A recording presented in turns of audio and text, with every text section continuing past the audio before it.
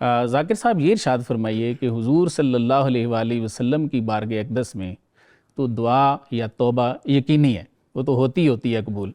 یہ ارشاد فرمائیے کہ کسی ولی اللہ کی بارگاہ میں بھی دعا اور توبہ قبول ہو جاتی ہے؟ کیا فرماتے ہیں؟ آپ کا یہ سوال بالکل اگر ایک طرز سے آسانی سے سمجھا جائے تو آسان ہے۔ جی ولی ہوتا کون ہے؟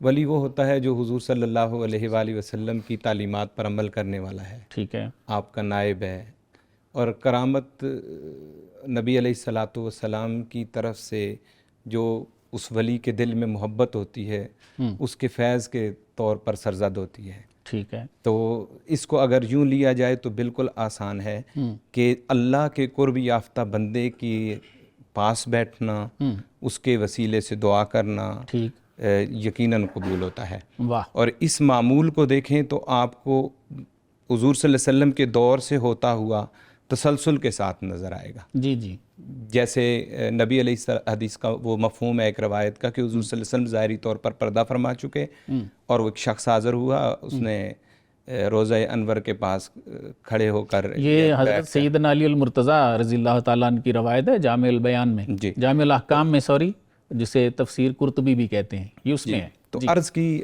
مطلب رونے کی حالت کے، اور آیت پڑھی وَلَوْ أَنَّهُمْ إِذْ ظَلَمُوا أَنفُسَهُمْ جَاءُوكَ، بالکل بالکل، تو وہ کیفیت ایسی تھی یا وہ استغاثہ ایسا تھا کہ قبر انور سے آواز آئی کہ تجھے بخش دیا گیا۔ بالکل ٹھیک ہے۔ تو کہنے کا مختصر مطلب یہ ہے کہ اولیاء کاملین کی ہاں پھر یہ تسلسل صحبتوں کا سلسلہ چلا گیا، چلتا رہا۔ اب یہ قرآن مجید کا حکم ہے، اگر آپ دیکھیے یا ایھا الذین آمنوا اتقوا اللہ وکونوا مع الصادقین، اے ایمان والو اللہ سے ڈرتے رہو اور سچے لوگوں کے ساتھ ہو جاؤ۔ اس معیت کا مطلب کیا ہے؟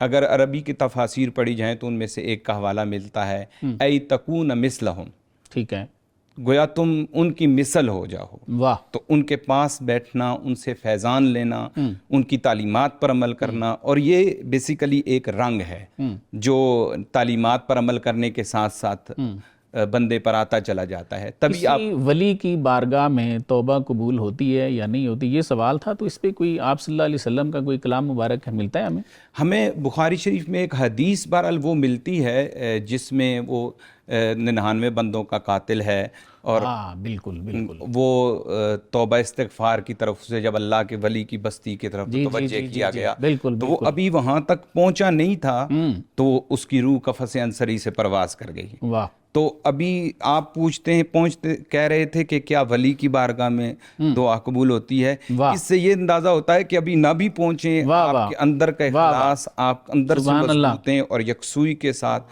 صاف ارادے کے ساتھ، نیت کے ساتھ چل پڑے ہیں تو آپ کو فیضان ملے گا۔ سبحان اللہ۔ اور ولی اللہ کی بارگاہ سے خیرات لینے والی ہی ہستی ہوتی ہے، واہ واہ، تو خالق کا اتنا اسے قرب حاصل ہوتا ہے کہ دیکھیے اس روایت میں کہ اس بندے کا انجام یہ ہوتا ہے کہ ایک طرف اس کے اتنے گناہ ہیں لیکن دوسری طرف اللہ والے کی بارگاہ میں نیاز مندی اور اللہ والے کی بارگاہ میں حاضر ہونے کی طلب ہے، اور اپنے گناہ کی بخشش اور مغفرت، اس پر ندامت کا جو انداز ہے، اور گناہ بھی اس کے کبیرہ ہیں، 100 بندہ قتل کیا ہوا اس نے۔ جی بالکل۔